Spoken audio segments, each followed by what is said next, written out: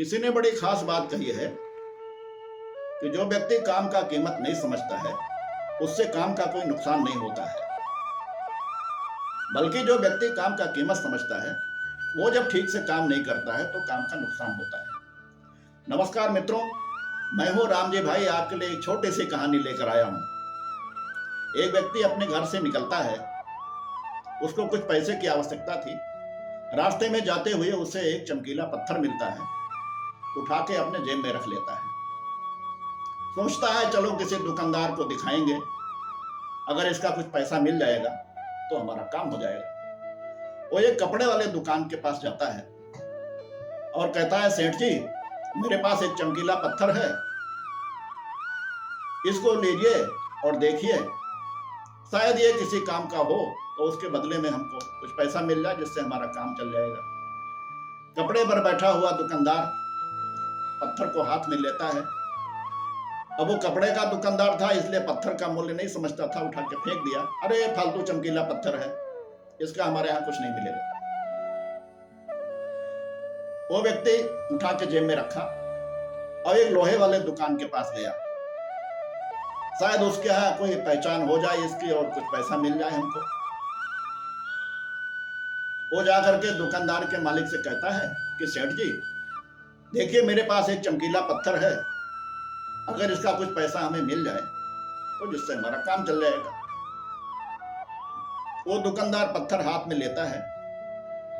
वो तो लोहे का व्यापारी था, उसको पत्थर का कोई कीमत समझ में आता नहीं था, उसने भी उठा के फेंक दिया।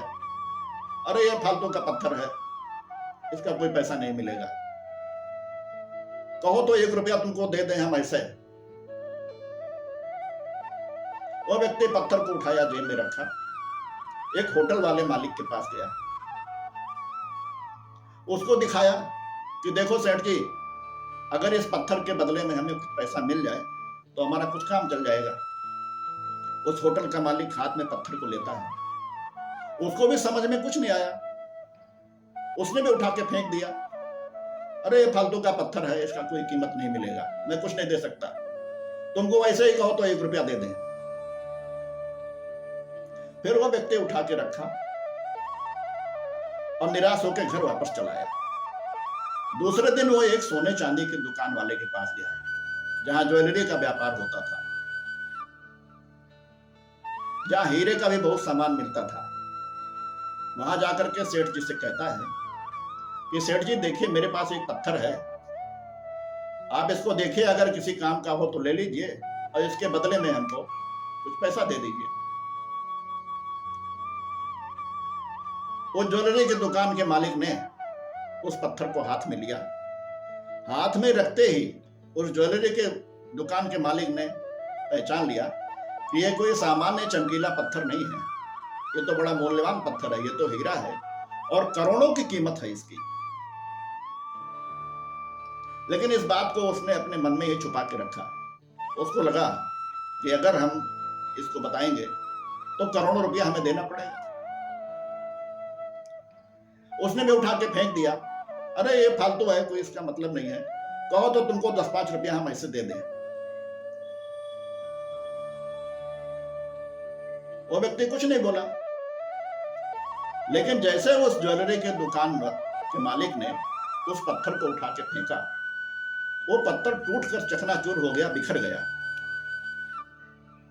सेठ जी को बड़ा आश्चर्य हुआ कि इतना जोर से तो हमने नहीं फेंका था इसको जिससे ये टूट जाए, बिखर जाए।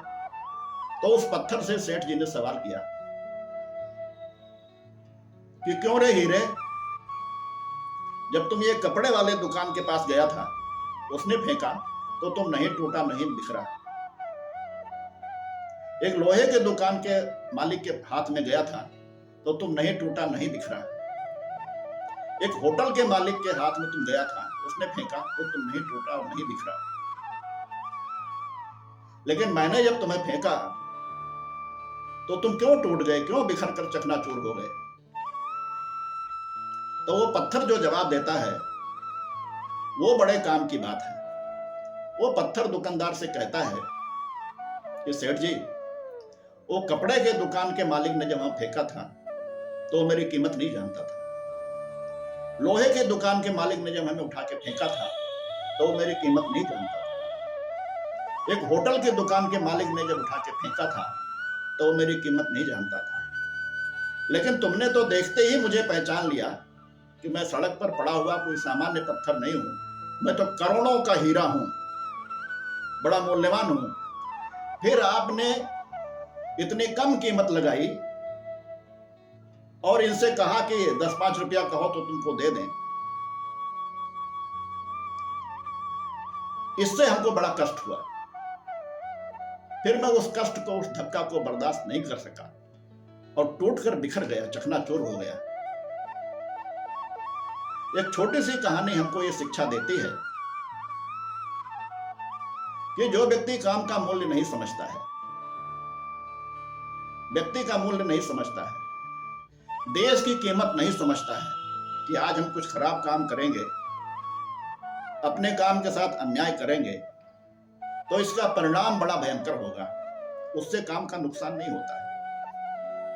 लेकिन जो व्यक्ति काम की कीमत समझता है, काम का मूल्य समझता है, फिर वो काम के साथ अन्याय करता है तो फिर उसका परिणाम बड़ा भयंकर होता है। आइए हम सब लोग कुछ मिलकर ऐसा करें कि दुनिया करना चाहे हमारी तरह। अगले हफ्ते फिर एक नई कहानी आपके लिए हम लेकर आएंगे।